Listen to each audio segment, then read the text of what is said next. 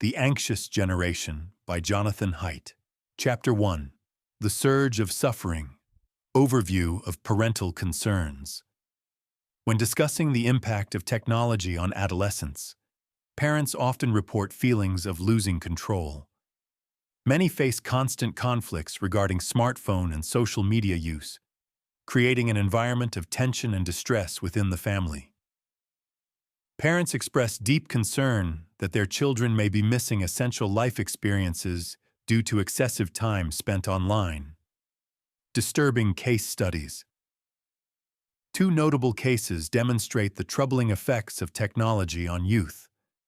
A mother describes her daughter Emily's severe depression linked to Instagram, escalating to self-harm threats when restrictions were attempted. Similarly, a father recounts how his son James, initially benefiting from video gaming, experienced a drastic shift to depression and anger during excessive gaming. These anecdotes underline a broader trend of parental helplessness regarding technology's role in their children's lives. The wave of mental health issues. The early 2000s marked a significant shift in adolescent mental health, with a notable increase in anxiety and depression rates, particularly among Generation Z. Prior to this period, indicators of mental health were stable, yet by 2020, particularly alarming rates of depression emerged, especially among young girls.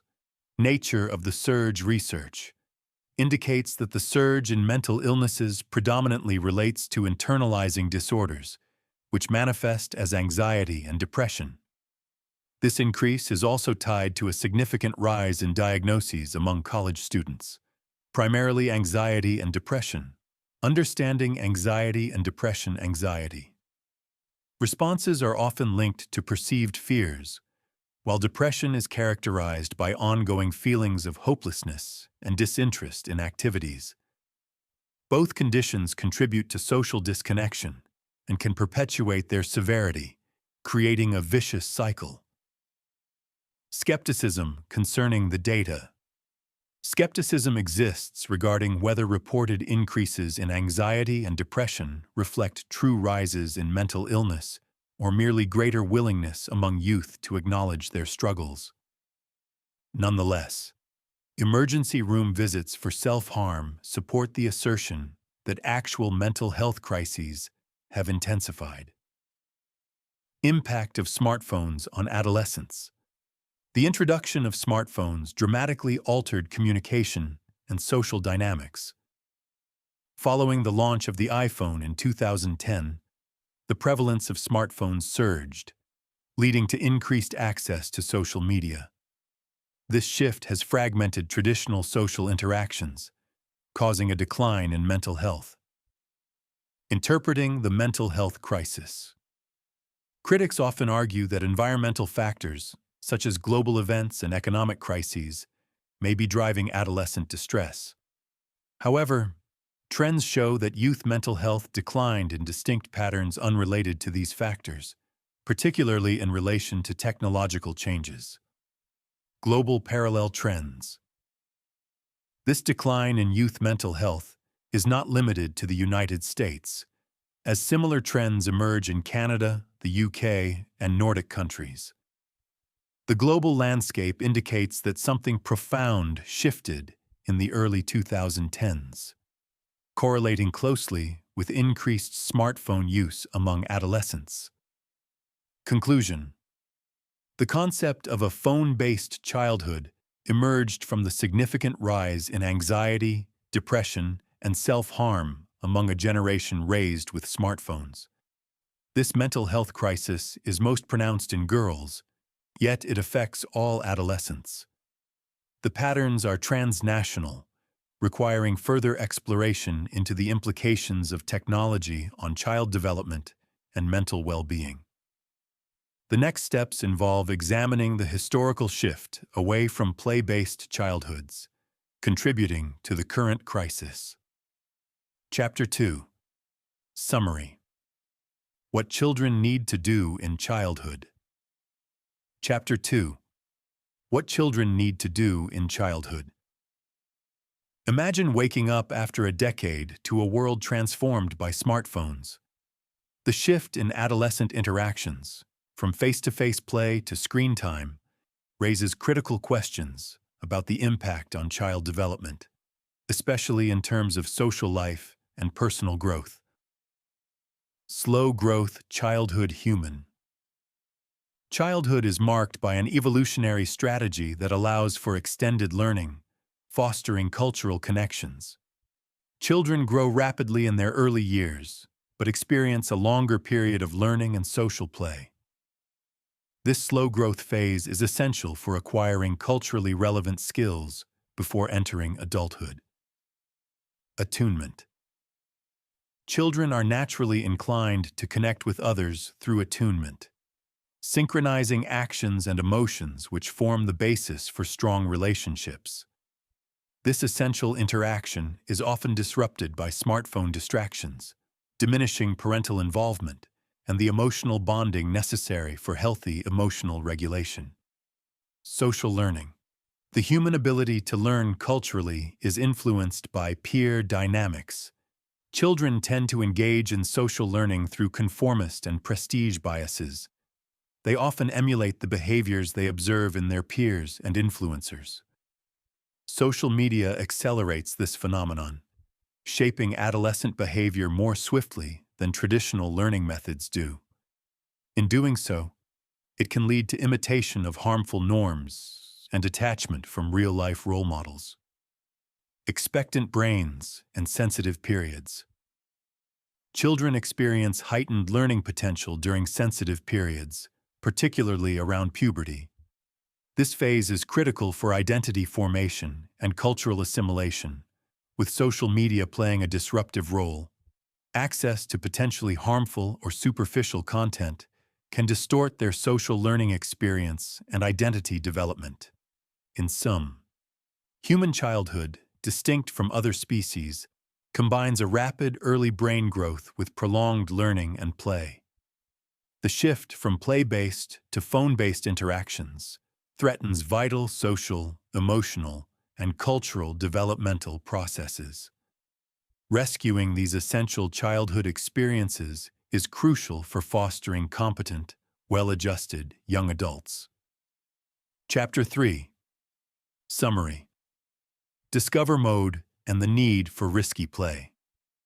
In recent decades, parents in America and other Western nations have paradoxically overprotective children's outdoor play while failing to safeguard them in the online environment. Despite significant drops in real-world dangers, children are often kept under strict supervision in physical spaces, while the internet has become a perilous zone where they are free to navigate without sufficient oversight. This chapter argues that the anxiety experienced by today's youth stems from a lack of exposure to challenges and risks typically encountered in real-world play, which promotes a healthy development of the brain's discover mode. Discover mode versus defend mode. The human brain has evolved systems to respond to opportunities, discover mode, and threats, defend mode. Discover mode fosters confidence, sociability, and learning by encouraging children to explore their environments and take risks. In contrast, when children are perpetually in defend mode due to overprotective parenting, they become anxious and defensive, seeing threats where there may be none. This chapter highlights the importance of encouraging discover mode for fostering healthier, more adaptable children. Chapter 4. Summary. Puberty and the blocked transition to adulthood. Chapter 4. Puberty and the blocked transition to adulthood. Puberty, plasticity, and vulnerability. The brain undergoes significant changes during adolescence, particularly in terms of pruning and myelination, which are crucial for cognitive development. This pivotal time requires appropriate experiences to shape the adolescent brain effectively. As noted by developmental psychologist Lawrence Steinberg, adolescence is both a time of heightened vulnerability to stress and an opportunity for beneficial interventions to enhance mental health. The right cultural experiences during puberty are essential for guiding adolescent development. Children's development relies on diverse social experiences. Safetyism, which emphasizes extreme caution, limits children's encounters with challenges necessary for resilience. Additionally, smartphones create a digital landscape that detracts from non-screen interactions, leading to a lack of critical real-world experiences. Screen-based communication lacks the interpersonal cues vital for social development, further impeding healthy growth during puberty. Rites of passage. Rituals marking the transition from childhood to adulthood have been a human universal across cultures. These rites typically include a separation phase, a transformative experience, and a community celebration of reincorporation into adult society. Traditionally, puberty rites were gender-specific, focusing on preparing adolescents for adult roles. However, the modern secular world has largely discarded these rites, potentially diminishing adolescents' structured transitions into adulthood. Why do we block the transition to adulthood? Historically, societal norms and rituals helped guide adolescent development. In recent decades, however, the elimination of rites of passage and increased access to the internet have disrupted this progression. Unfettered online access without appropriate age-related restrictions hinders adolescents' ability to experience growth milestones, leading to a lack of structured development from childhood to adulthood. Building a ladder from childhood to adulthood. To aid the transition from childhood to adulthood, communities should establish shared milestones that recognize increased responsibilities as children grow. This could involve celebrating certain birthdays with designated freedoms and responsibilities, giving children opportunities to experience challenges in a safe, structured environment. The absence of traditional rites of passage in modern secular societies has further obscured the path to adulthood, but a collective agreement on milestones could help reinstate these vital experiences. Chapter 5. The 4 foundational harms. Social deprivation, sleep deprivation, attention fragmentation, and addiction. One morning in 2016, the author's daughter expressed an inability to stop playing a video game, highlighting the addictive nature of modern technology. This chapter explores the 4 foundational harms caused by the phone-based childhood of the current generation, including social deprivation, sleep deprivation, attention fragmentation, and addiction. The arrival of the phone-based childhood. The chapter traces the significant shift in childhood experiences following the launch of the iPhone in 2007 and subsequent app development. Initially beneficial, smartphones transformed from utilitarian tools into platforms designed to capture attention, particularly among children and adolescents who are more susceptible to manipulation. Social media and its transformations. Social media has evolved significantly, particularly around 2010. Early platforms focused on connection, but shifted towards maximizing public engagement and content dissemination. This transformation has incentivized negative behaviors, such as anger and extremism, drastically altering adolescent social interaction and relationships. The opportunity cost of a phone-based childhood screen time for children and teens has skyrocketed, with average usage ranging from 40 to 50 hours weekly.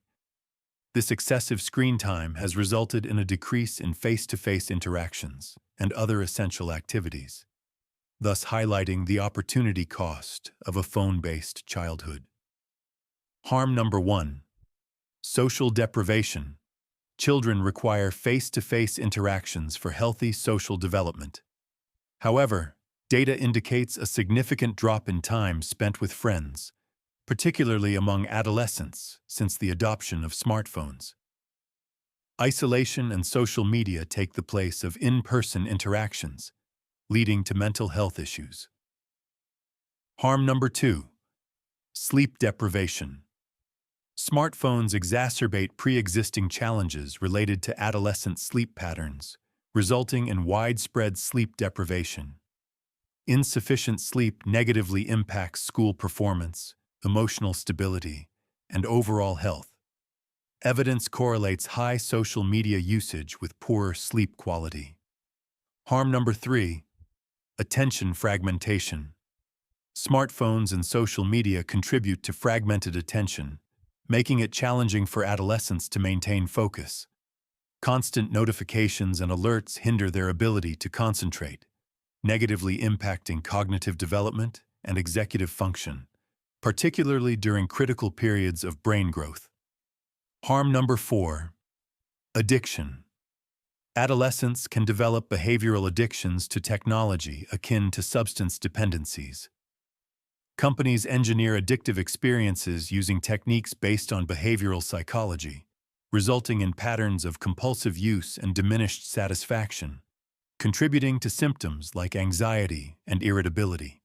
On the benefits of social media for adolescents, while there are potential benefits to social media, such as positive community engagement, these are outweighed by the detrimental effects observed in studies. The advantages are often overstated, and these platforms may have a disproportionately harmful impact on younger users, particularly preteens. In sum, the chapter outlines the profound changes in childhood post-smartphone era and highlights the 4 major harms: social deprivation, sleep deprivation, attention fragmentation, and addiction. These interconnected issues contribute to a worsening mental health crisis among adolescents, providing a dire outlook on the developmental consequences of the phone-based childhood that has replaced prior play-based interactions. Chapter 6. Why social media harms girls more than boys. Social media has been shown to impact girls more negatively than boys, manifesting in increased rates of depression, anxiety disorders, and eating disorders among young females. The chapter presents the story of Alexis Spence, whose experience with Instagram led her down a path of mental health struggles, highlighting how social media can ensnare young girls. Chapter 7. Summary. What is happening to boys? What is happening to boys? In Stolen Focus, journalist Johan Hari shares the story of his godson, who transformed from a joyful child into a disconnected boy obsessed with screens. This scenario mirrors widespread concerns among parents regarding boys struggling with excessive gaming and pornography, leading to social withdrawal and decreased life skills. While girls exhibit higher rates of mental health issues due to social media, boys also face rising depression and anxiety, highlighted by increasing suicide rates. The shift in boys' engagement with the real world began before the smartphone era, indicating a longer-term trend of disconnection. The long decline of males. Richard Reeves's work identifies the long-term decline in opportunities for boys and men since the 1970s, exacerbated by economic shifts that undervalue physical strength.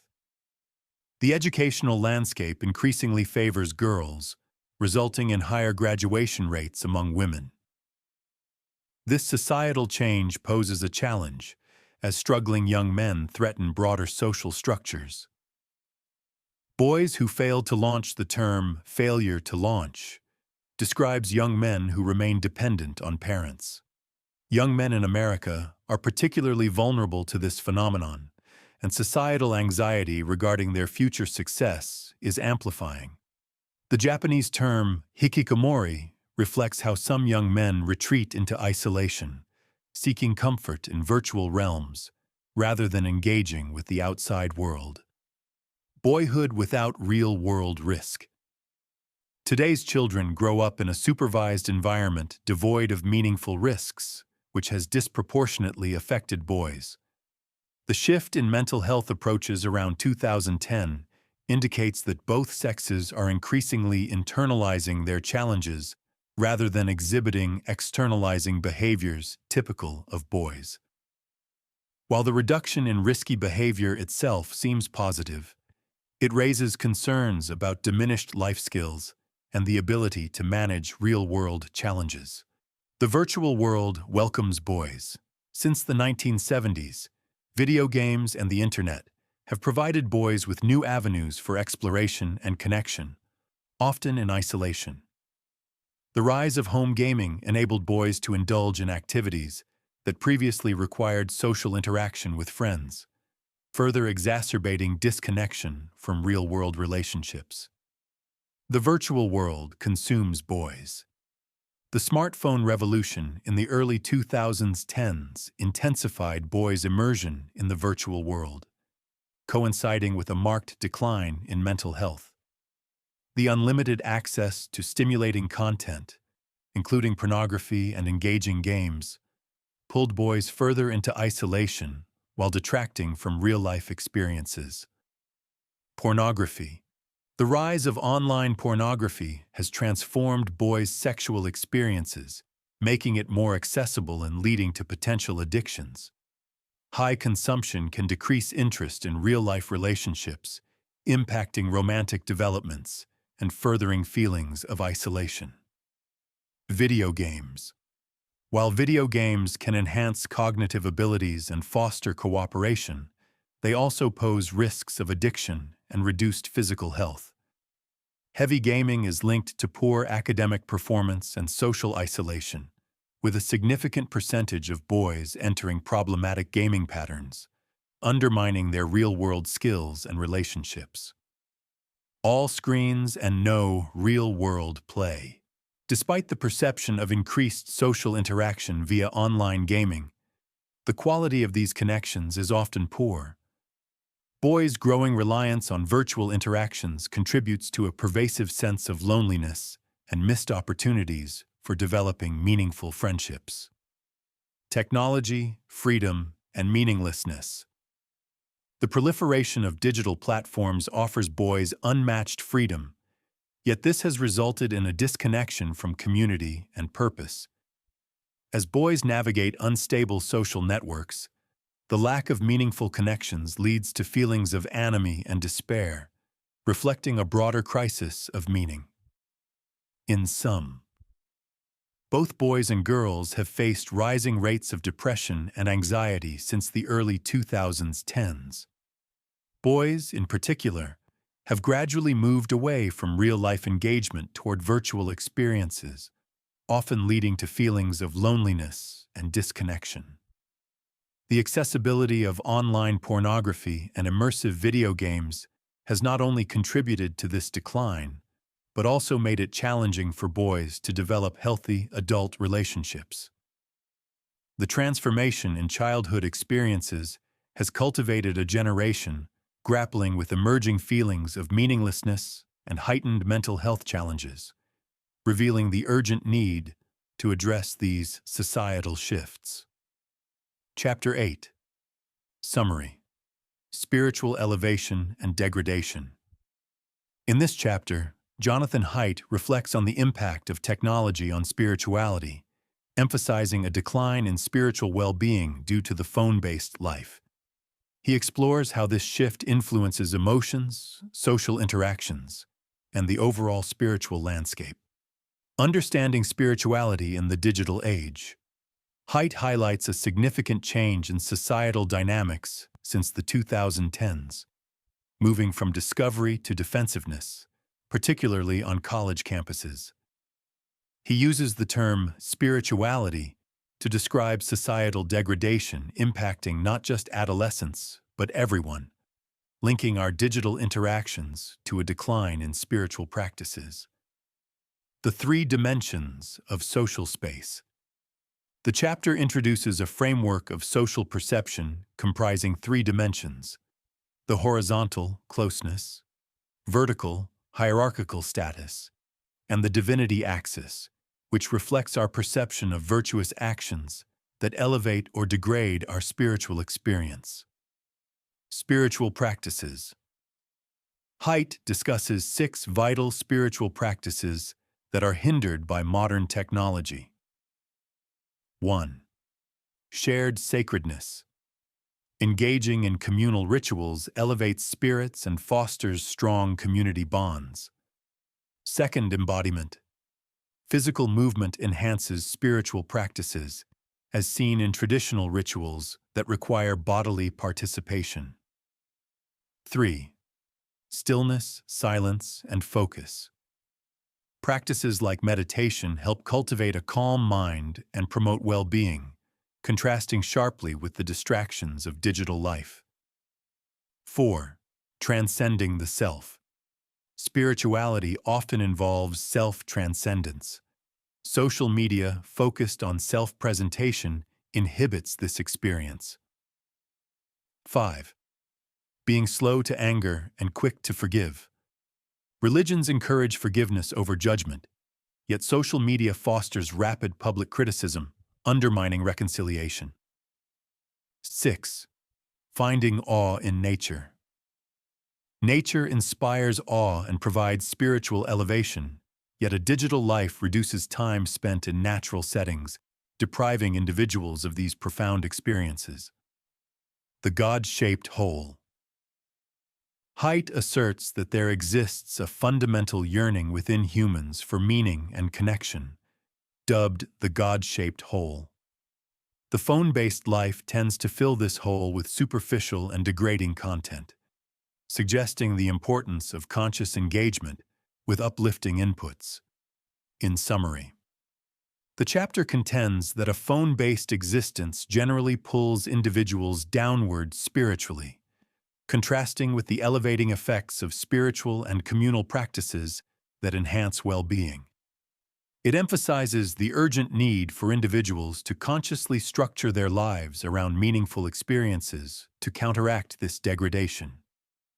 The discussion sets the stage for exploring potential solutions in the following part of the book, advocating for collective action to promote spiritual growth and connection.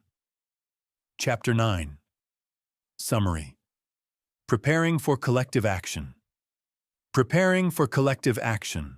The need to delay the age at which children get smartphones and social media is widely recognized, yet many believe it is too late to change this trend. This chapter argues that collective action is essential to address the mental health crisis exacerbated by these devices. Collective action problems. Collective action problems arise when individual choices lead to detrimental outcomes for the group, such as preteens succumbing to peer pressure to obtain smartphones, resulting in widespread negative consequences.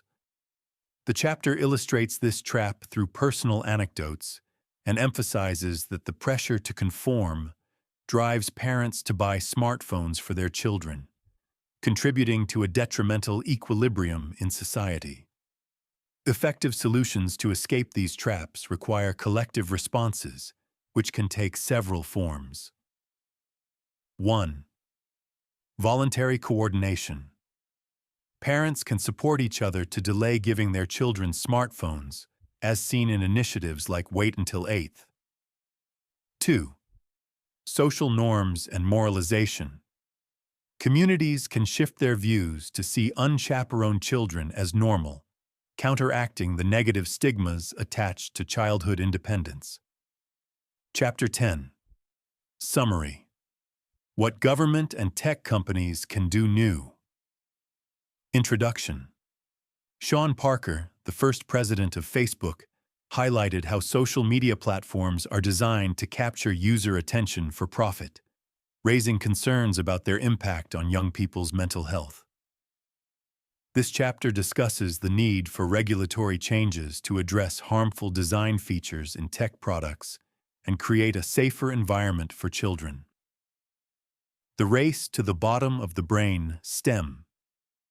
Tristan Harris illustrates how attention-driven business models lead companies like Google, Apple, and Facebook to exploit psychological vulnerabilities, resulting in addictive designs that harm adolescent mental health. The chapter emphasizes the urgency of legislative action to curb these practices and protect minors from harmful content. Government and tech company initiatives. 1. Assert a duty of care. The UK's Age-Appropriate Design Code mandates tech companies prioritize minors' best interests by ensuring privacy settings are maximum by default and simplifying privacy policies for easier comprehension by children. Similar measures are suggested for US legislation, with calls for federal regulations. 2. Raise the age of Internet adulthood to 16. The historical context behind the current age limit of 13 for Internet accounts, a compromise made in 1998, is examined.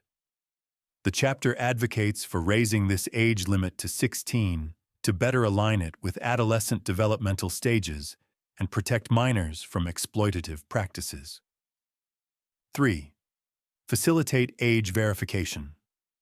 Various methods of age verification are discussed, emphasizing the need for privacy-respecting solutions that prevent underage access while balancing the interests of users and companies. Options might include device-based verification that respects parental settings. 4. Encourage phone-free schools. The benefits of phone-free school environments for mental health and learning outcomes are advocated, with recommendations for government support in implementing such policies. Incentivizing real-world experiences. To mitigate harmful impacts, several actions are suggested. First, stop punishing parents for real-world freedom, advocating for reasonable childhood independence laws to ensure parents are not criminalized for allowing age-appropriate freedom. 2. Encourage more play in schools. Recommendations to mandate more playtime and recess to promote healthier development in children. 3. Design public spaces with children in mind, urging cities to create more child-friendly environments to foster interactions beyond screens. 4. Increase vocational education and apprenticeships, highlighting the importance of practical education and training programs to help adolescents transition to adulthood. Conclusion. The chapter calls for coordinated efforts between governments, tech companies, schools, and parents to address issues affecting adolescent mental health. It emphasizes the necessity for policy reform, responsible practices from tech firms, and a societal shift towards supporting healthier childhood experiences. Chapter 11. Summary. What school can do now? In light of the mental health crisis impacting today's youth, schools can enact meaningful changes using existing resources. This chapter suggests two primary interventions: going phone-free and promoting more free play. Phone-free Schools Mountain Middle School in Durango, Colorado, implemented a cell phone ban, leading to improved student socialization and academic performance. The ban helps mitigate issues stemming from smartphone use, such as attention fragmentation and social deprivation. While many schools claim to restrict phone use, truly effective policies require complete bans during school hours. UNESCO's findings further support that mobile phones negatively impact education. A phone-free environment fosters better learning and stronger community ties. Playful schools. Encouraging free play is a vital approach. Southeastern elementary school teacher Kevin Steinhardt observed significant improvements in student behavior and happiness after implementing longer recesses, opening playgrounds before school, and starting a play club for unstructured playtime. These changes led to decreases in bullying, truancy, and office referrals. Unlike structured social-emotional learning programs, unstructured play naturally teaches essential life skills through organic interactions among peers. The Let Grow Project. This initiative encourages children to complete simple tasks independently at home, gradually fostering their independence. It empowers kids while easing parents' fears about their children's capabilities. Assigning the Let Grow project collectively can help shift community norms towards granting kids more autonomy, which is often stifled by modern overprotection. Better recess and playgrounds. To enhance recess, schools should increase its duration, improve playgrounds, and reduce restrictive rules. American children receive significantly less recess time compared to prison inmates. Adventure and nature playgrounds facilitate creative play and natural exploration, promoting cognitive and social development. Reduced regulations empower children to take responsibility for their safety, resulting in happier and more engaged students. Re-engage boys are increasingly disengaged from academic environments. Hiring more male teachers and promoting vocational training can help reclaim boys' interest in education. Role models can positively impact boys' achievements and career aspirations. The education experiment we most need. Immediate testing of the phone-free and playful strategies in schools is recommended to gather data on their effectiveness. By randomly assigning schools to different interventions, we can assess the potential positive changes in student mental health before they transition to high school. In sum, the decline in mental health among students since the early 2010s calls for urgent and impactful measures. Schools should adopt phone-free policies and incorporate more playtime to promote well-being. These strategies not only serve as preventative measures, but also enrich children's experiences by fostering independence and community. Chapter 12. What Parents Can Do Now. In this chapter, Jonathan Haidt discusses the evolving concept of parenting, contrasting a carpenter mentality with a gardener approach. He emphasizes that contemporary parenting often leans heavily towards control and precision, which ultimately stifles children's natural development. Instead, he advocates for a gardening mindset, where parents create a nurturing environment that allows children to flourish unpredictably. For parents of young children, ages 0 to 5, more and better experience in the real world. Focus on providing young children with ample interactive playtime with diverse age groups, establishing secure bases for exploration. Less and better experience on screens. Limit screen time and prefer interactive video calls with family over passive viewing. Recommendations include no screen use for children under 18 months, followed by limited usage until age 6. For parents of children ages 6 to 13, elementary and middle school, more and better experience in the real world. Encourage children to engage in real-world social and cultural experiences rather than passive screen activities. Suggestions include letting children play unsupervised, sleepovers, and walking to school. Chapter 12. Summary. What Parents Can Do Now.